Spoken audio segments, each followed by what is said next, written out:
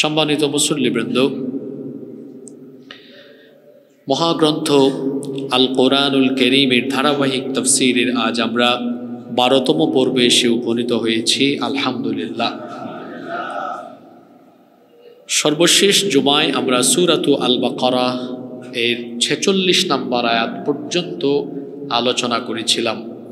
আজকে আমরা 47 নম্বর আয়াত থেকে শুরু করব ইনশাআল্লাহ।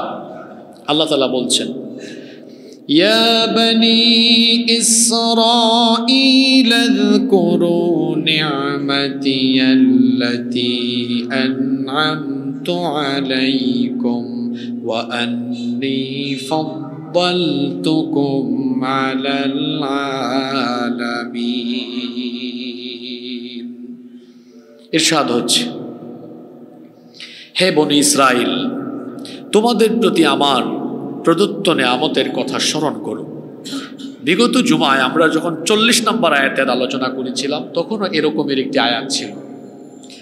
যেহেতু এই সম্পর্কে আমরা আলোচনা করেছিলাম, বনি ইসরাইল কারা, তাদের পরিচয় এবং তাদের প্রতি আল্লাহ প্রদত্ত নেয়ামত, এগুলো আমরা সর্বশেষ জুমায় আলোচনা করেছিলাম। তাও আমি সংক্ষেপে 1-2 মিনিটে আপনাদেরকে মনে করিয়ে দিচ্ছি। বনি ইসরাইল জাতি হচ্ছে ইয়াকুব আলাইহিস সালামের বংশধর। ইয়াকুব আলাইহিস সালামের উপাধি হচ্ছে ইসরাইল, আর তার বংশধারাকে বলা হয় বনি ইসরাইল। এই আয়াতে আল্লাহ বনি ইসরাইল জাতিকে অতীতের নেয়ামতের কথা স্মরণ করিয়ে দিচ্ছেন যে, হে বনি ইসরাইল জাতি, তোমরা স্মরণ করো, ইতিপূর্বে আমি তোমাদেরকে অসংখ্য নেয়ামত দিয়েছি। আর আল্লাহ তাদেরকে কি কি নেয়ামত দিয়েছেন সেগুলো কোরআনে কারীমের বিভিন্ন জায়গায় আল্লাহ তুলে ধরেছেন। যেমন কোরআনে কারীমের 16 নম্বর সূরা,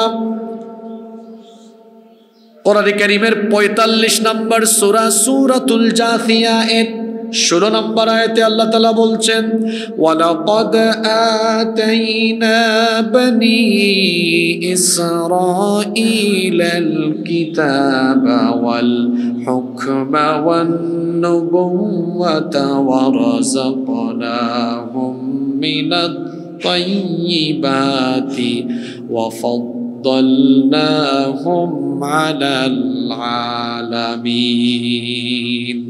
আর অবশ্যই বনি ইসরাইলকে আমি কিতাব অর্থাৎ আসমানি কিতাব 2, ওয়াল হুকমা রাষ্ট্র ক্ষমতা 3, ওয়ান নবুওয়া তাদের বংশধারায় সবচেয়ে বেশি নবুওয়াত, ওয়া রাযাকনাহুম মিনাত তাইয়্যিবাত এবং পবিত্র রিজিক, এরা তো মান্না সালওয়া খাওয়া জাতি। 5, ওয়া ফাদ্দালনাহুম আলাল আলামিন, আর বিশ্ববাসীর উপরে তাদের সমকালীন সময়ে তাদেরকে আল্লাহ শ্রেষ্ঠত্ব দিয়েছেন। সুবহানাল্লাহ। আল্লাহ বনি ইসরাইল জাতিকে তাদের অতীতের সব নেয়ামতের কথা স্মরণ করিয়ে দিয়েছেন। এখানে আল্লাহ 5টা নেয়ামতের কথা বলেছেন: কিতাব, হিকমাত, নবুওয়াত, পবিত্র রিজিক বা আসমানি খাবার, এবং বিশ্ববাসীর উপরে সমকালীন সময়ে তাদেরকে যে আল্লাহ শ্রেষ্ঠত্ব দিয়েছেন সেটা উল্লেখ করেছেন। আবার কোরআনে কারীমের অন্যান্য জায়গায় তাদের প্রতি আল্লাহ প্রদত্ত অনেক নেয়ামতের কথা আল্লাহ তুলে ধরেছেন।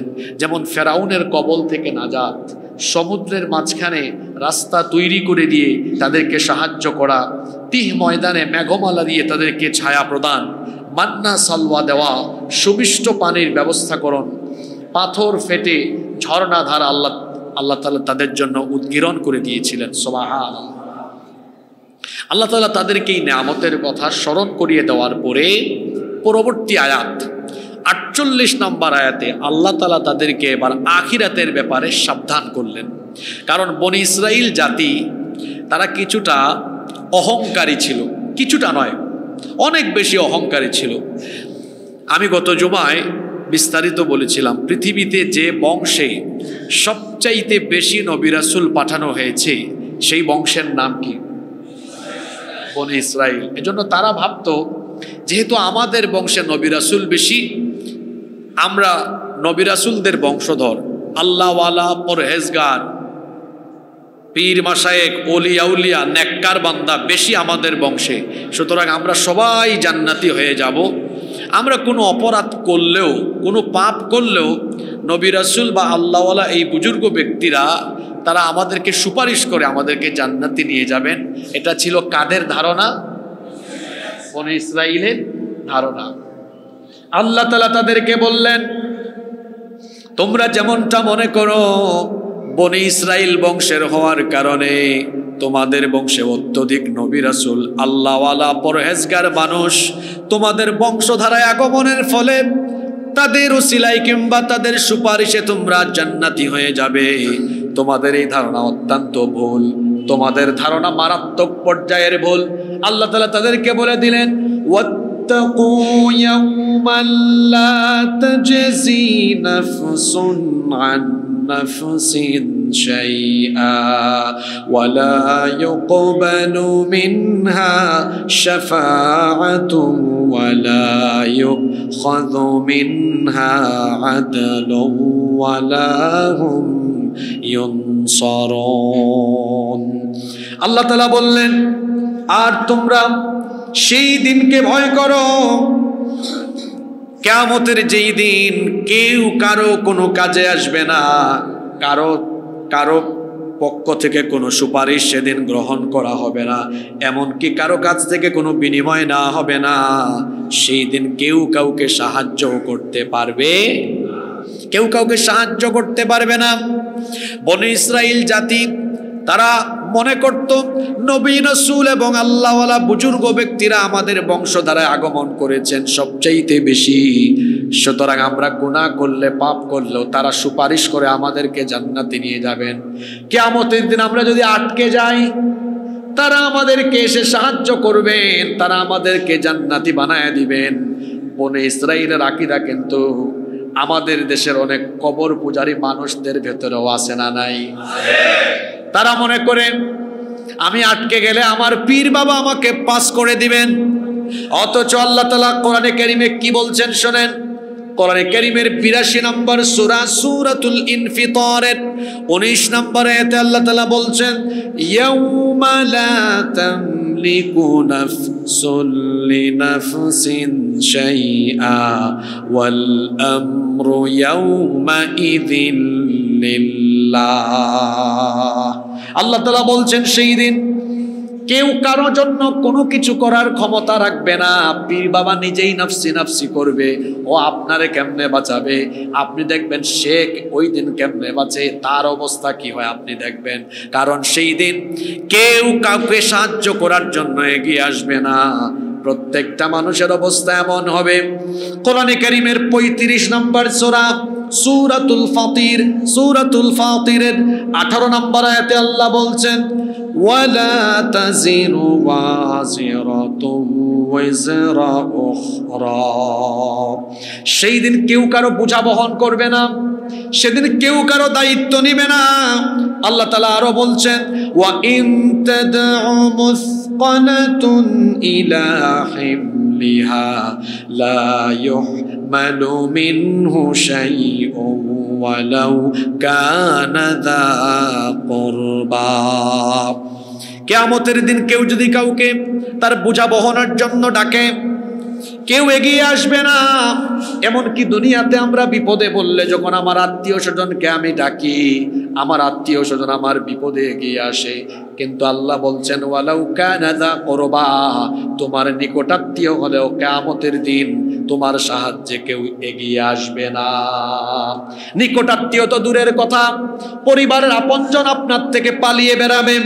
রব্বুল আলামিন কোরআনে কারীমের ৮০ নম্বর সূরা আবাসা এর ৩৪ নম্বর আয়াত থেকে বলছেন, ইয়াউমা ইয়াফিরুল মারউ মিন আখিহি ওয়া উম্মিহি ওয়া আবিহি ওয়া সাহিবাতিহি ওয়া বানিহি লিকুল্লি ইমরিইম মিনহুম ইয়াউমা ইযিন শাআনু ইউগনি। কি ভয়ঙ্কর কথা! সেদিন মানুষ তার ভাই, মা, বাবা, স্ত্রী, সন্তান সবার থেকে পালিয়ে বেড়াবে। লিকুল্লি ইমরিইম মিনহুম ইয়াউমা ইযিন শাআনু ইউগনি। প্রত্যেক মানুষ তার নিজেকে নিয়ে ব্যতিব্যস্ত হয়ে পড়বে, নিজে ছাড়া অন্য কারো জন্য চিন্তা করার কোনো সময়ও সেদিন থাকবে। পিতা তার সন্তানের পরিচয় দিবে না, সন্তান তার পিতামাতার পরিচয় দিবে না, ভাই ভাই বোনের পরিচয় দিবে না। কি কঠিন এক পরিস্থিতি কিয়ামতের ময়দানে বিরাজ করবে। কোরআনে কারীমের 31 নম্বর সূরা, সূরা লুকমানের 33 নম্বর আয়াতে আল্লাহ বলছেন, ইয়া আইয়ুহান নাসুত্তাকু রাব্বাকুম ওয়াখশাউ ইয়াওমান লা ইয়াজজি ওয়ালিদুন আন ওয়ালাদিহি ওয়ালা মাউলুদুন হুয়া জাযিন আন ওয়ালিদিহি শাইআ। আল্লাহ তাআলা বলছেন, হে মানব জাতি, তোমরা তোমাদের রবকে ভয় করো আর সেই দিনের ব্যাপারে তোমরা সাবধান হও। সেই দিনকে ভয় করো যেই দিন পিতা পুত্রের কোনো উপকারে আসবে না, পিতা পুত্রের সাহায্যে এগিয়ে আসবে না, এমনকি পুত্রও তার পিতার জন্য কিছু করতে পারবে না। কত কঠিন, কি সাংঘাতিক, কি বিভীষিকাময় পরিস্থিতি আপনি চিন্তা করছেন। নিজের পরিবারের মানুষজন আপনার সাহায্যে এগিয়ে আসবে না, এটা বড় কঠিন দিন। কেউ কাউকে সাহায্য করবে না। এখন আমাদের মসজিদের কোনো একজন মুসল্লি বিপদে পড়লে দেখা যায় জুমার দিনে সবাই জানলে সবাই তার সাহায্যে এগিয়ে আসে। একজন মানুষ অসুস্থ হয়ে হাসপাতালে থাকলে আমরা মানবতার জায়গা থেকে তাকে দেখার জন্য হাসপাতালে ছুটে যাই। আমার কোনো আত্মীয় স্বজন বিপদে আপদে পড়ে গেলে আমি তার সাহায্যে ছুটে যাই। কিন্তু আল্লাহ বলছেন কিয়ামতের ময়দান বড় কঠিন হবে, কিয়ামতের ময়দান বড় ভয়ঙ্কর হবে। একমাত্র একজন মহামানব ছাড়া কিয়ামতের ময়দানে নবী রাসূল সহ সবাই নাফসি নাফসি জিকির করবেন। কেবলমাত্র একজন মহামানব, তিনি নিজের চিন্তা না করে উম্মতের জন্য তখন ফিকির করবেন। ইসরাফিল আলাইহিস সালাম যখন সিংহায় ফুৎকার মারবেন, তিনি তো সিংহায় ফুৎকার দিবেন দুইবার। প্রথমবার সিংহার ফুৎকারের পরে আসমান জমিন মহাবিশ্ব লণ্ডভণ্ড হয়ে গিয়ে কিয়ামতের মহাপ্রলয়ঙ্কারী ঘটনা ঘটে যাবে। সবকিছু ফান হয়ে যাবে, ধ্বংস হয়ে যাবে, কিছুই থাকবে না। এরপরে আল্লাহ ইসরাফিল আলাইহিস সালামকে আদেশ করবেন, তুমি এবার দ্বিতীয়বার সিংহায় ফুৎকার দিয়ে তোমার দায়িত্ব তুমি কমপ্লিট করো। ইসরাফিল আলাইহিস সালাম তিনি যখন সিংহায় ফুৎকার দ্বিতীয়বার দিবেন, কবর খুলে যাবে। কবর খুলে গিয়ে মানুষ কবর থেকে উঠতে থাকবে। সবার আগে আমার নবীর কবর খুলবে, আমার নবীকে সবার আগে উঠানো হবে। আল্লাহু আকবার। প্রত্যেক নবী রাসূল এবং সকল মানুষ কবর থেকে উঠে নফসি নফসি জিকির করে করে উলঙ্গ অবস্থায়, গায়ে কোনো কাপড় চোপড় থাকবে না, খালি পায়ে খতনাবিহীন নগ্ন পদে উলঙ্গ হয়ে মানুষ হাসরের ময়দানে দৌড়াতে থাকবে। নফসি নফসি জিকির করে মানুষ পেরেশান হয়ে যাবে। কিন্তু একজন মহামানবের মুখে তখন ব্যতিক্রমী আওয়াজ শোনা যাবে। কবর থেকে উঠেই তিনি জিবরিলকে বলবেন, ইয়া জিবরিল আইনা উম্মতি আইনা উম্মতি। জিবরিল, আমার উম্মত কোথায়? তারা কি জাহান্নামে চলে গেল নাকি? আল্লাহু আকবার। রাহমাতাল লিল আলামিন, তিনি কবর থেকে উঠে আমাদেরকে স্মরণ করবেন। সুবহানাল্লাহ। কেউ কারো সাহায্যে এগিয়ে আসবে না। বনী ইসরাইলের ব্যাপারে আল্লাহ আয়াত নাজিল করেছেন। তারা মনে করত আমাদের বংশে সবচাইতে বেশি নবী রাসূল এসেছে, লক্ষ লক্ষ নবী আমাদের বংশে। এত আল্লাহওয়ালা, এত পরহেজগার, এত বুজুর্গ ব্যক্তি আমাদের বংশে থাকা সত্ত্বেও কেমনে আমরা জাহান্নামে যাব? তারা তো টেনে আমাদেরকে জান্নাতে নিয়ে যাবেন।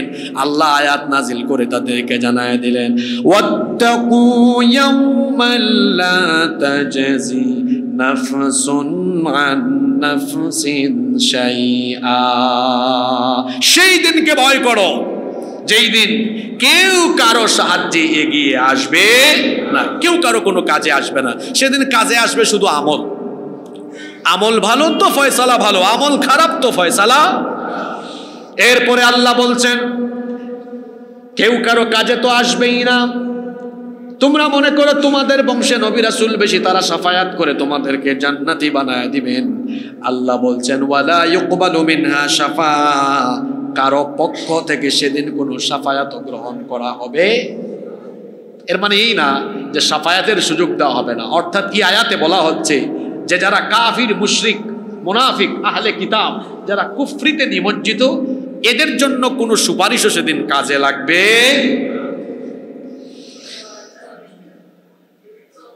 যারা কাফির মুশরিক বেঈমান তাদের জন্য কোনো সুপারিশও কাজে লাগবে না, কারণ আল্লাহ তাআলা কোরআনে কারীমের 39 নম্বর সূরা সূরাতুজ জুমারের 7 নম্বর আয়াতে বলেছেন ওয়ালা ইয়ারদা লিইবাদিহিল কুফর। আল্লাহ তাআলা তার বান্দার কুফরিতে অসন্তুষ্ট, যারা কুফর করে আল্লাহ এদের উপর অসন্তুষ্ট।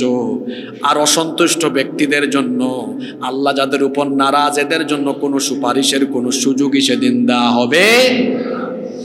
কিয়ামতের ময়দানে সর্বপ্রথম সুপারিশের জন্য যাকে পারমিশন দেওয়া হবে তিনি আর কেউ নন, তিনি আমার আপনার নবী রাহমাতাল লিল আলামিন মুহাম্মাদুর রাসূলুল্লাহ। আমরা বলি সাল্লাল্লাহু। 50,000 বছর ধরে মানুষ হাসরের মাঠে দাঁড়িয়ে থাকবে, আল্লাহর নবী পেরেশান হয়ে উম্মতের জন্য মাকামে মাহমুদের কাছে গিয়ে তিনি যখন তার মাথা নত করে আল্লাহ তাআলাকে সাজদা দিবেন, মাথা নত করে যখন আল্লাহর কুদরতি চরণে সাজদায় লুটিয়ে পড়বেন, আল্লাহ তার হাবিবকে বলবেন ইরফা রাকসাক, মাথা উঠান, আপনি আমার কুদরতি চরণে সাজদা দিয়েছেন, আমার মনে আমার অন্তরে দয়ার উদ্গ্রীব হয়েছে। রসূল আপনি বলেন আপনি কি চান? নবীজি মাথা উঠায় বলবেন আল্লাহ আপনি কি জানেন না আমি আপনার কাছে কি চাই? আমি তো আজ আপনার কাছে আমার উম্মতের নাজাত চাই। আল্লাহ বলবেন হাবিব যান, বিচার আজকে শুরু করে দিলাম, আর আপনাকে সবার আগে অনুমতি দিলাম যাকে পছন্দ হয় তার জন্য সুপারিশ করে তাদের নিয়ে জান্নাতে চলে যা। আল্লাহ সেদিন তুমি আমাদেরকে নবীর সুপারিশ কবুল করে দিও। তবে সুপারিশের জন্য শর্ত হলো 3টা। জোরে বলেন কয়টা? শাফায়াত কবুলের জন্য শর্ত হলো 3টা। আল্লাহ এগুলো কোরআনে তুলে ধরেছেন।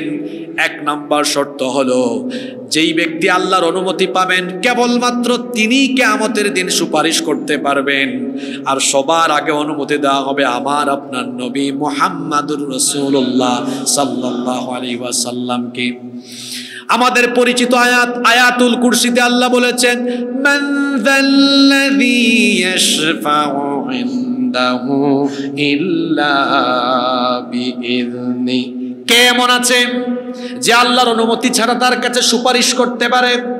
আবার কোরআনে কারীমের 20 নম্বর সূরা সূরাতুত তাহা 109 নম্বর আয়াতে আল্লাহ বলেছেন ইয়াউমা ইযিল লা তানফাউশ শাফাআতু ইল্লা মান আযিনা লাহুর রাহমানু ওয়া রাদিয়া লাহু কওলা।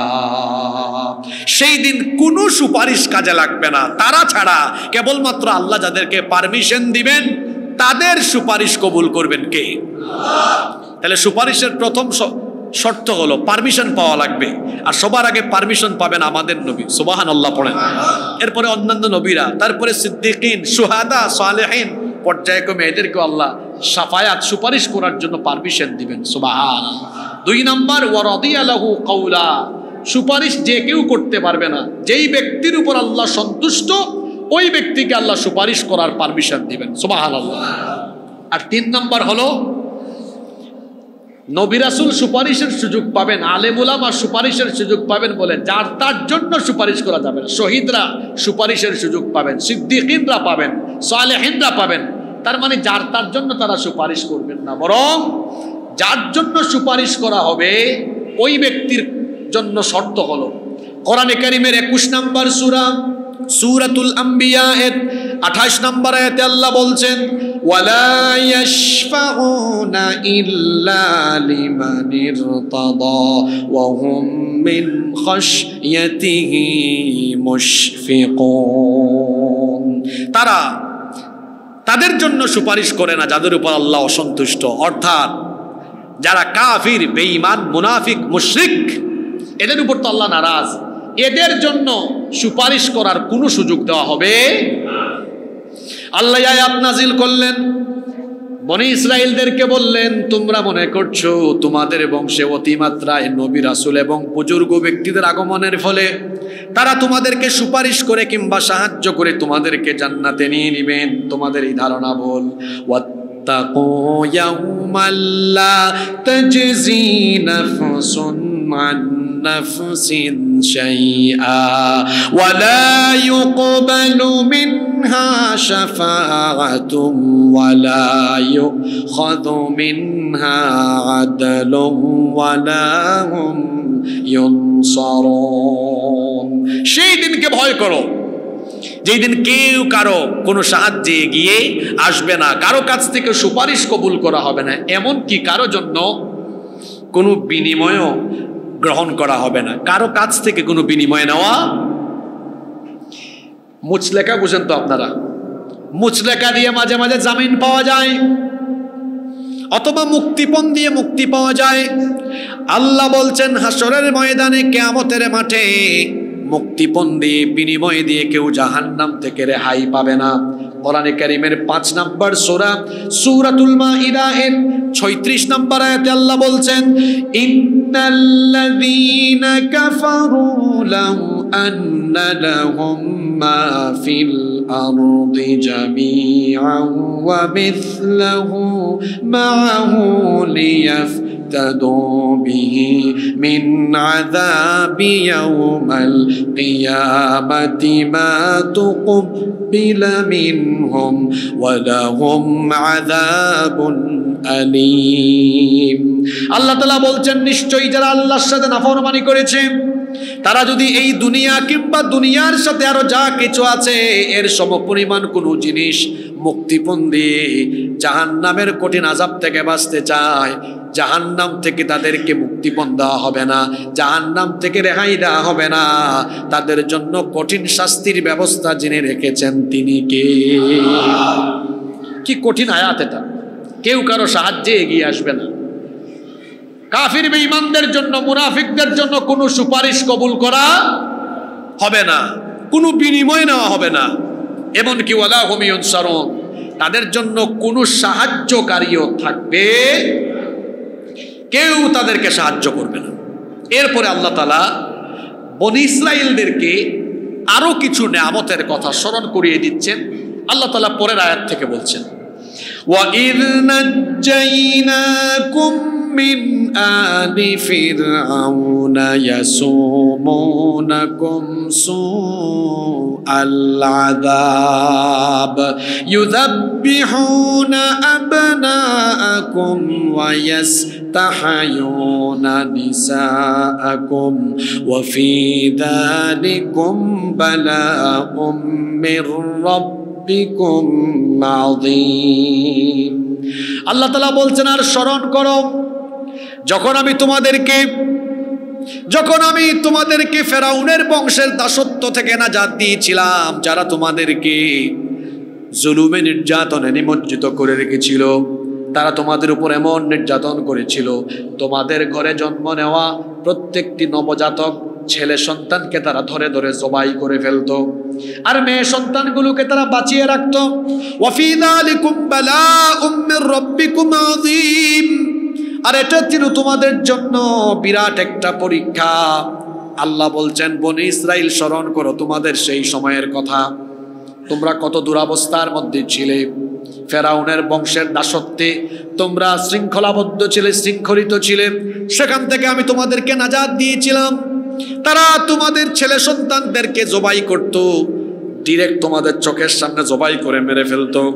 ঘটনাটা ছিল এইরকম, ফেরাউন একবার স্বপ্নে দেখলো, ফেরাউন কোনো ব্যক্তির নাম নয়, ফেরাউন হচ্ছে মিশরের শাসকদের উপাধি। মিশরের শাসকদের, যেমন পারস্যের শাসকদেরকে বলা হতো কিসরা, এরকম মিশরের শাসকদেরকে বলা হতো কি ফেরাউন। ফেরাউন একবার স্বপ্নে দেখল শামের দিক থেকে, বাইতুল মুকাদ্দাসের দিক থেকে বিরাট এক অগ্নিশিখা এসে মিশরের কিপ্তি সম্প্রদায়ের ঘর বাড়ি জ্বালিয়ে পুড়িয়ে ভস্ম করে দিচ্ছে। কিপ্তি বংশ হলো ফেরাউনের বংশ।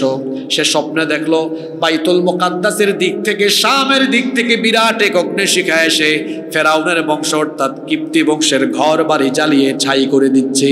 কিন্তু আশ্চর্য ব্যাপার, মুসা নবীর বংশ ফেরাউনের বংশ, মুসা নবীর বংশ অর্থাৎ বনী ইসরাইলের কারো ঘর বাড়ি জ্বলে না, পুড়ে না, ছাই হয় না। এই আশ্চর্যজনক স্বপ্ন দেখার পরে সে তার রাজ্যের স্বপ্ন বিশারদদেরকে আহ্বান করল।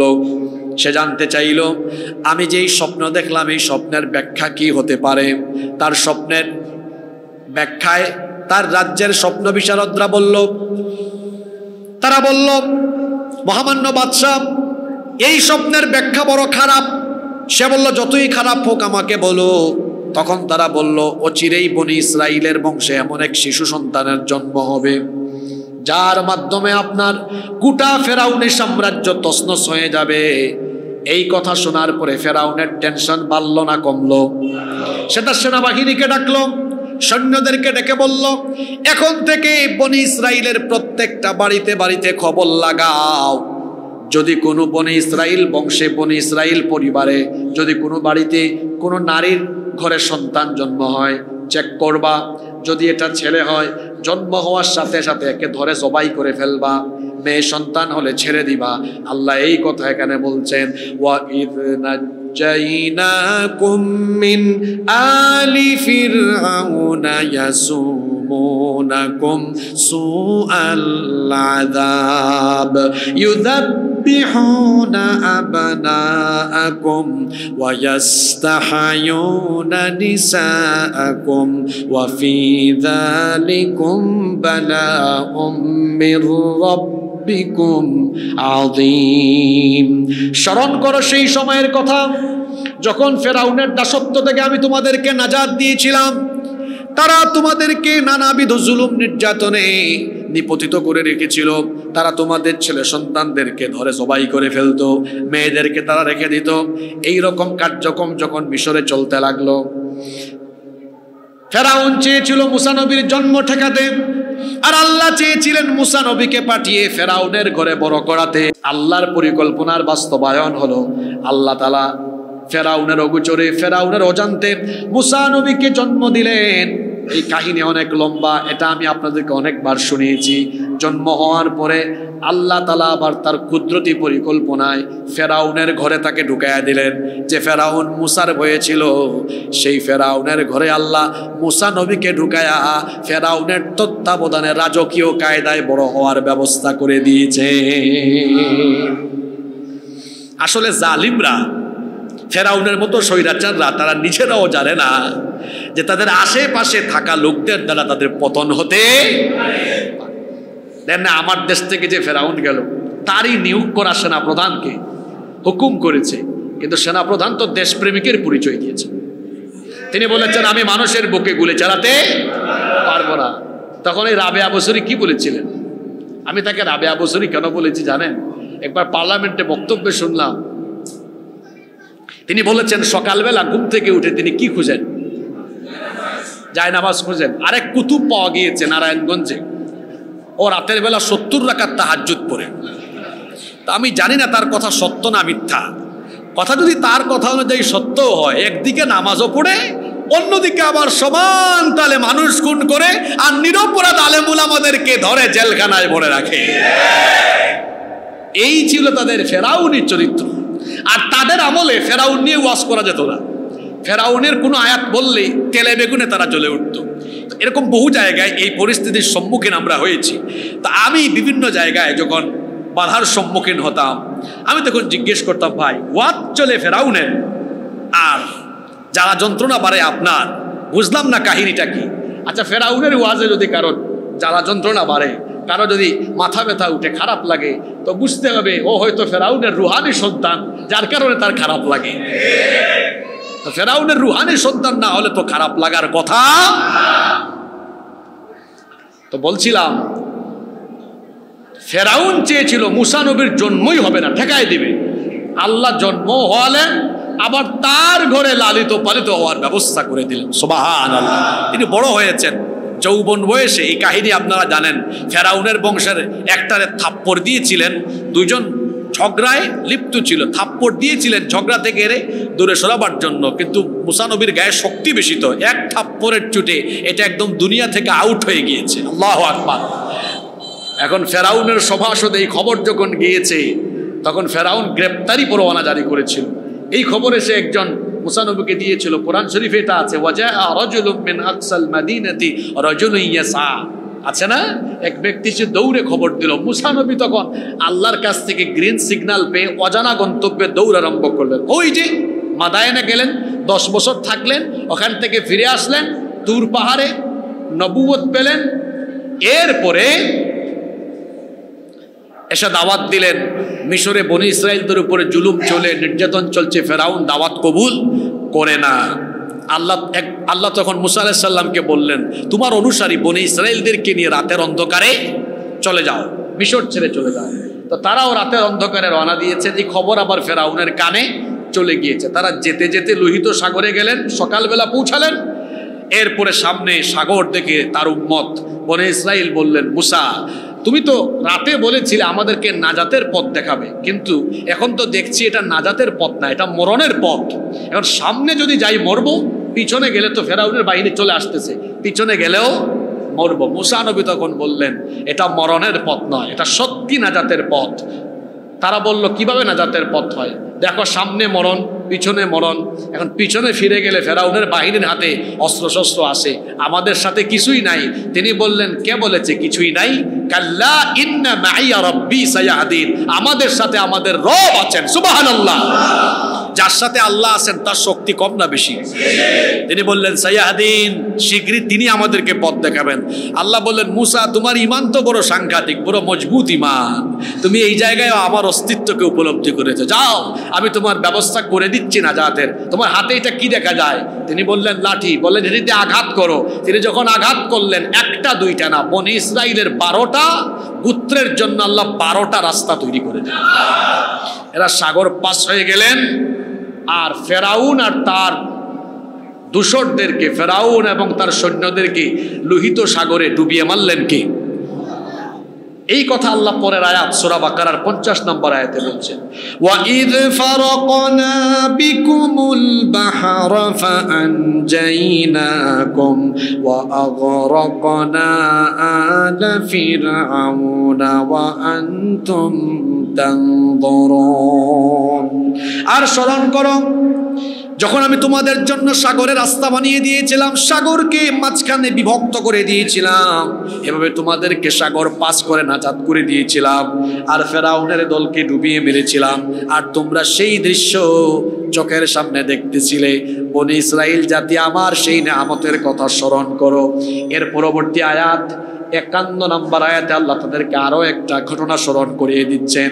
ওয়াইদ ওয়া'আদনা মূসা 40 লাইলাতান সুম্মা ইত্তাখাযতুমুল ইজলা মিন বা'দিহি ওয়া আনতুম যালিমুন। আর স্মরণ করো যখন মূসাকে আমি 40 রাতের ওয়াদা দিয়েছিলাম। এখানে আরেকটা ঘটনা শুরু হয়েছে, এবার শুনতেছেন তো আপনারা? আর স্মরণ করো যখন আমি মূসাকে 40 রাতের ওয়াদা দিয়েছিলাম। আর মূসা যখন এই 40 রাতের জন্য চলে গেলেন, তখন তোমরা একটা গু বাছুরকে তোমাদের মাবুদ হিসাবে গ্রহণ করে নিয়েছিলে। তোমরা ছিলে জালিম, অর্থাৎ তোমরা এভাবে শিরকে কুফরে নিমজ্জিত হয়ে গিয়েছিলে। ঘটনাটা ছিল এই, ওই যে ফেরাউন তো আসলো, ফেরাউন আর তার বংশের সবাইকে আল্লাহ কি করলেন? তার দলবলকে ডুবায় মারলেন। আর এইদিকে মুসা নবী তার বনি ইসরাইলকে নিয়ে সাগর পাস হয়ে ওই পারে চলে গেলেন। আল্লাহ তাদের নাজাতের ব্যবস্থা করে দিলেন। সুবহানাল্লাহ পড়েন।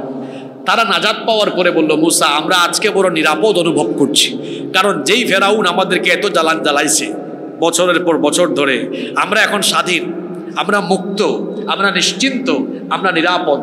এখন যদি আল্লাহ তাআলা আমাদের জন্য কোনো একটা আসমানি কিতাব দিতেন, তাহলে ওই কিতাব অনুসরণ করে আমরা আমাদের জীবন চালাতাম। শুনতেছেন ঘটনা আপনারা?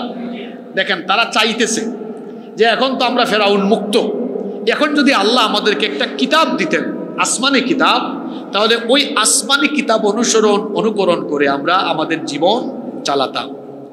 আল্লাহ তাআলা মুসা নবীকে বললেন, ঠিক আছে মুসা, তোমার উম্মতের মনোবাসনা পূরণ করব। তুমি 1 মাসের জন্য 30 দিনের জন্য তুর পাহাড়ে যাও। কোন পাহাড়ে?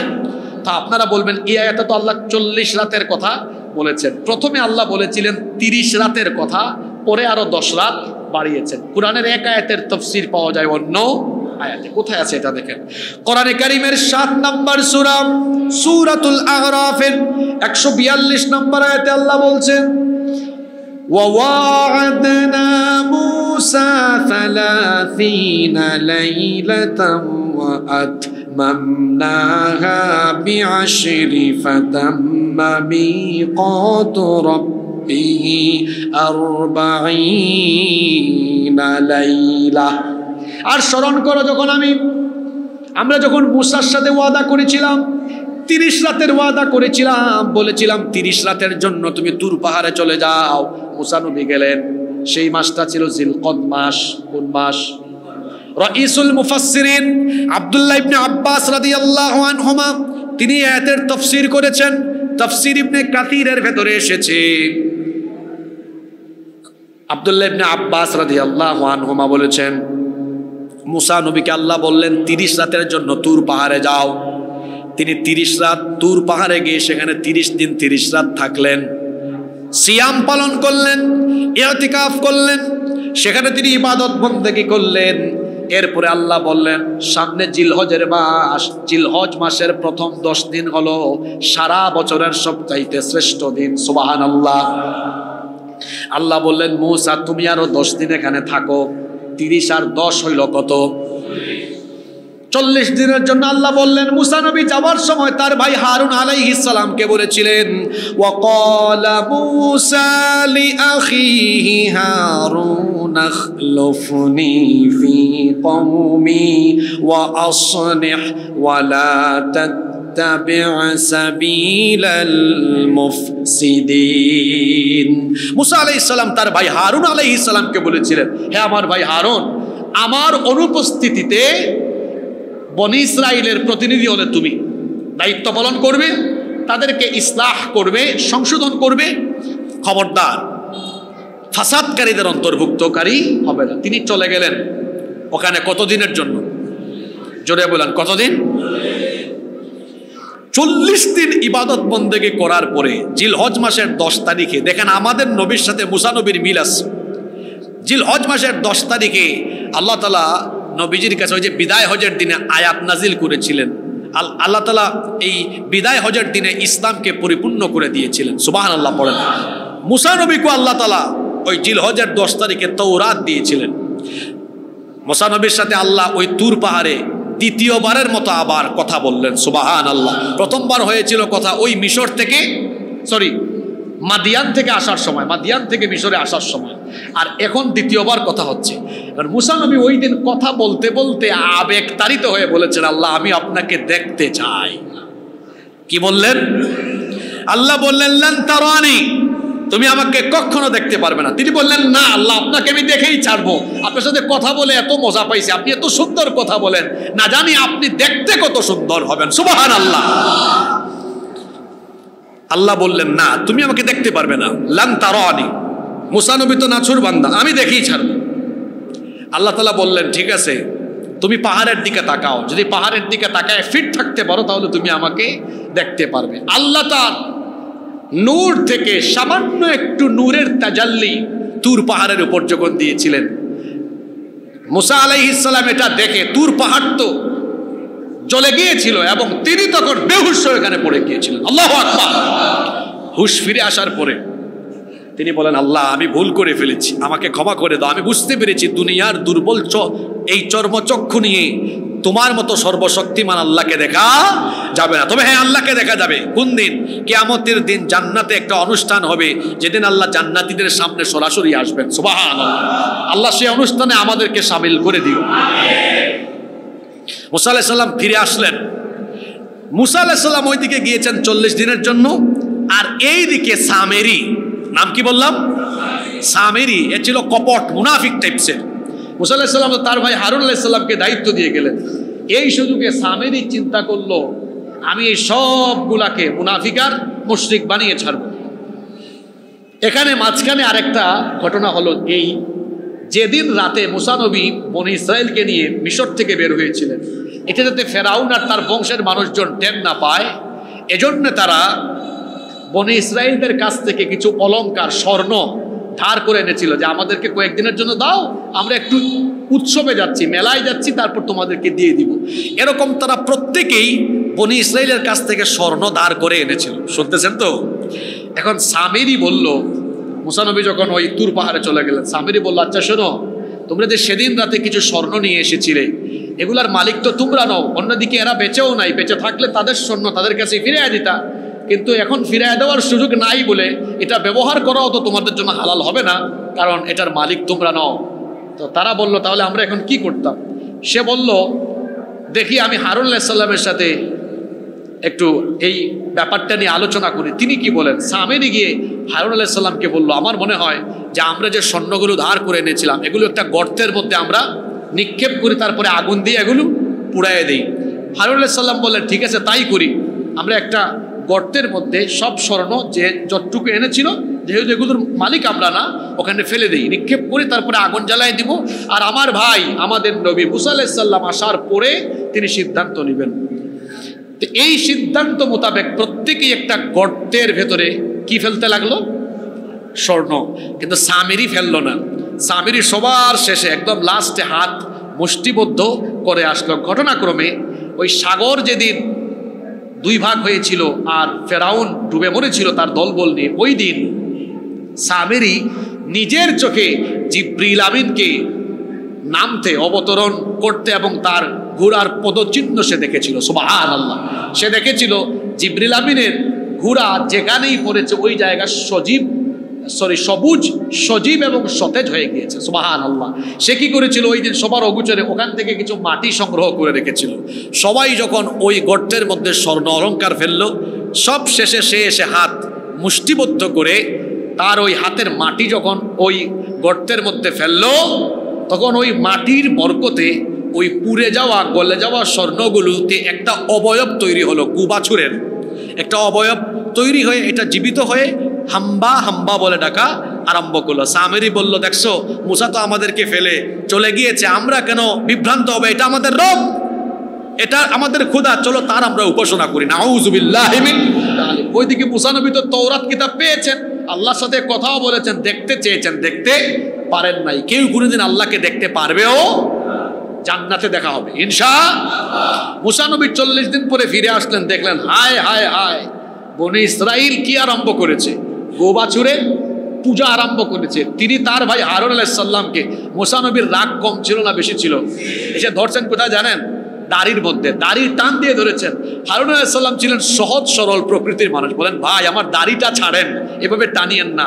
তিনি দাড়ির জুড়ে টান দিয়ে বলেন, হারুন তোমাকে দায়িত্ব দেওয়া সত্ত্বেও আমার উম্মত দিকভ্রান্ত হলো কিভাবে? তিনি বললেন, আমি চেষ্টা করেছি, বাধাও দিয়েছি। ওই সামিরিকে ধরেন, সে সব কিছুর মূল। সামিরি তো ভয় পেয়েছে। মুসা নবী রাগ কম না বেশি? একটু আগে বললাম না, থাপড়াইছে। আরে এটা তো এমন নবী, শুধু মানুষ থাপ্পড় মারেন নাই, উনি তো মালাকুল মউতকেও থাপ্পড় দিয়েছেন। আল্লাহু আকবার। এটা কি জাতের নবী বুঝেন না? পৃথিবীতে কেউ মালাকুল মউতকে থাপ্পড় লাগাইতে পারে নাই। উনি একমাত্র মানুষ, একমাত্র নবী যিনি মালাকুল মউতকে পর্যন্ত থাপ্পড় দিয়েছেন। আর এমন থাপ্পড়, বুখারীর হাদিসে এসেছে, থাপ্পড়টা দিয়েছিলেন চোখের উপরে। চোখের উপরে যখন থাপ্পড় মেলেছিলেন, ফেরেশতাই থাপ্পড় খাইয়া আল্লাহর দরবারে গিয়েছে। আল্লাহু আকবার। মুসা নবী বললেন, সামিরি এদিকে আসো। সামিরি তখন সব স্বীকার করলো। সামিরিকে মুসা নবী বললেন, তোমার জন্য শাস্তি হলো, তুমি এখন থেকে এমন যে তোমাকে কেউ ছুঁইতে পারবে না, তুমিও কাউকে ছুঁইতে পারবে না। জীবজন্তু জানোয়ারের মতো তার জীবন এর পরবর্তীতে অতিবাহিত হয়েছে। আর যারা গুবাছুরের পূজা করেছিল তারা তখন অনুতপ্ত হলো, বলল, হে আমাদের নবী মুসা, আমরা কি করতে পারি? তিনি বললেন, আল্লাহ জানিয়েছেন তওবা করো, তবে তওবা করলেই শেষ নয়, তোমাদের জন্য আল্লাহর তরফ থেকে শাস্তি হলো, যারা গোবাছুরের পূজা করো নাই, তোমরা যারা গোবাছুরের পূজা করেছে তাদেরকে হত্যা করবে, মৃত্যুদণ্ড নিশ্চিত করা হবে। তোমরা আগে ভাগেই তওবা করো, তোমাদেরকে হত্যা করা হলেও আল্লাহ তোমাদেরকে মাফ করবেন, যেহেতু অনুতপ্ত হয়েছো, কিন্তু মৃত্যুদণ্ড থেকে রেহাই দেওয়া হবে না। এই আয়াতে, অর্থাৎ একেবারে আপনার 51 নম্বর আয়াত থেকে 54 নম্বর আয়াত সূরা বাকারার, এই আয়াতগুলোতে এই কাহিনী এভাবে বর্ণিত হয়েছে।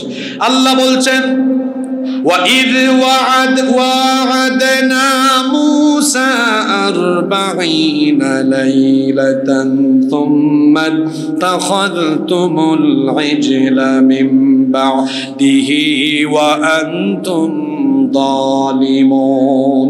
স্মরণ করো যখন আমি মূসাকে 40 রাতের ওয়াদা দিয়েছিলাম আর তোমরা এই সুযোগে গোবাছুরের পূজা আরম্ভ করে জুলুমে লিপ্ত হয়েছিলে।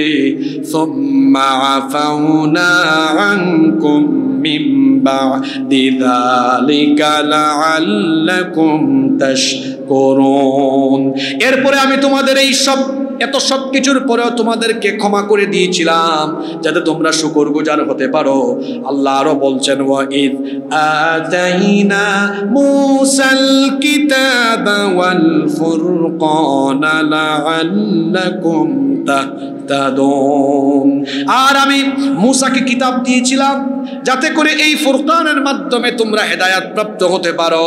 ফিরে এসে তিনি যখন তোমাদের এই গোবাছুরের পূজা দেখেছিলেন তিনি তখন বলেছিলেন, وَإِذْ قَالَ مُوسَى لِقَوْمِهِ يَا قَوْمِ إِنَّكُمْ ظَلَمْتُمْ أَنفُسَكُمْ بِاتِّخَاذِكُمُ الْعِجْلَ فَتُوبُوا إِلَى بَارِئِكُمْ فَاقْتُلُوا أَنفُسَكُمْ ذَلِكُمْ خَيْرٌ لَكُمْ عِندَ بَارِئِكُمْ فَتَابَ عليكم إنه هو التواب الرحيم।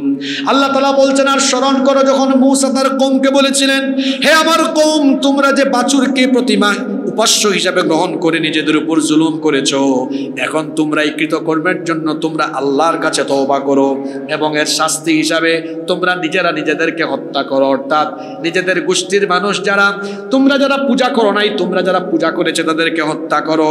এটি তোমাদের জন্য আল্লাহর কাছে উত্তম ফয়সালা। অতঃপর আল্লাহ তোমাদের তওবা কবুল করলেন, কারণ নিশ্চয়ই তিনি তওবা কবুলকারী পরম দয়ালু। এদের শাস্তি দেওয়ার পরে পরবর্তী ঘটনা 55 নম্বর আয়াত, এটা আমরা আগামী জুমায় শুরু করব। এখানে আরো মারাত্মক আশ্চর্যজনক ঘটনা আগে ভাগে বলে দিই, তাইলে আপনাদের একটু আকর্ষণ থাকবে। ওই যে মুসা নবী তুর পাহাড়ে গিয়ে কিতাবও নিয়ে এসেছেন, আবার আল্লাহর সাথে কথাও বলে এসেছেন। এটা যখন তাদেরকে বলছে, তারা বলে, ঠিক আছে মুসা, আল্লাহর সাথে আমরা কথা বলবো, দেখাও করব। কথা বলবো না, দেখা করবো না যতক্ষণ, ঈমান আনবো না ততক্ষণ। এরপরে ওখানে যাওয়ার পরে কাহিনী কি হয়েছে এটা আমরা আগামী জুমায় আলোচনা করবো ইনশাআল্লাহ। আর আলোচনা আরো বেশি প্রাণবন্ত হবে যখন আপনারাও একটু পড়ালেখা করে আসবেন। আজকে আমরা 47 থেকে 54 নম্বর আয়াত পর্যন্ত আলোচনা করব। আগামী জুমায় আমরা কত নম্বর? 55 থেকে আলোচনা করব। আপনারা একটু বাড়িতে 55 নম্বর আয়াত থেকে 10-15 আয়াত অন্তত অনুবাদ পড়ে আসবেন, পারবেন না ইনশাআল্লাহ? ইনশাআল্লাহ।